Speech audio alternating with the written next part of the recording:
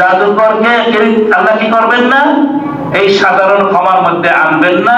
এই সাধারণ ক্ষমার রাত্রে যদি সে খাস দিলে তওবা করে নিতে পারে। গণক আছে না, গণক টিয়া পাখি দিয়ে ভাগ্য নির্ধারণ করে, রাস্তার পাশে বৈশা নিজের ভাগ্য জানে না, হারা জীবনে টিয়া পাখি চালাই এর ভাগ্য। এই জ্যোতিষ শাস্ত্র যারা মানে এটা নিয়ে চর্চা করবে, যারা হাত দেখাইবে, হাত দেখবে, পারিশ্রমিক নিবে এবং পারিশ্রমিক দিবে, সবাই কবিরা গুনাহ, জঘন্যতম কবিরা গুনাহে লিপ্ত। এদেরকেও আল্লাহ তাআলা তওবা না করলে কি করবেন না? ক্ষমা করবেন না। আও মুসাহানান, এই কথাটা অনেকবার অনেক হাদিসে আসছে। যতবার এই লাইলাতুল নিসফ মিন শাবান এই ব্যাপারে হাদিস আসছে, এই কথাটা ম্যাক্সিমাম হাদিসের মধ্যে আসছে। একটা হলো শিরক, আর এই মুসাহানান মানে প্রতিহিংসা পরায়ণ, বিদ্বেষপূর্ণ মনোভাব যাদের দিলের মধ্যে আছে। যে পৃথিবীটা তো ধ্বংসের কারণ এইটাই, আমি সবকিছু অর্জন করব, আর কাউকে করতে দিব না। হ্যাঁ, প্রতিটা সেক্টরে সেক্টরে একই অবস্থা।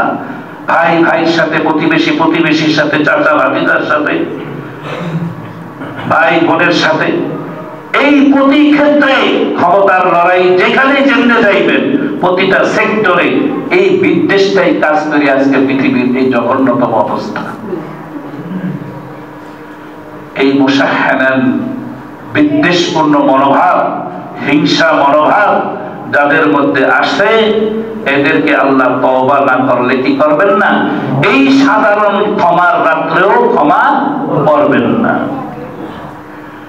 এই হিংসা ব্যাপারে বলা হয়েছে, হিংসাকে আল্লাহ রাসূল বলছেন যে আগুন কাঠকে যেরকম পোড়াইয়া ছাই করে ফেলে, হিংসা বিদ্বেষ নেক আমলকে এরকম পোড়াইয়া ছাই করে ফেলে। হিংসা করার কি আছে? তার তাকদীরে যেটা আছে সে পাইবে, আমার তাকদীরে যেটা আছে সেটা আমি পাবো। ক্লিয়ার? খামার যারা ড্রিঙ্ক করে, বুঝলেন তো?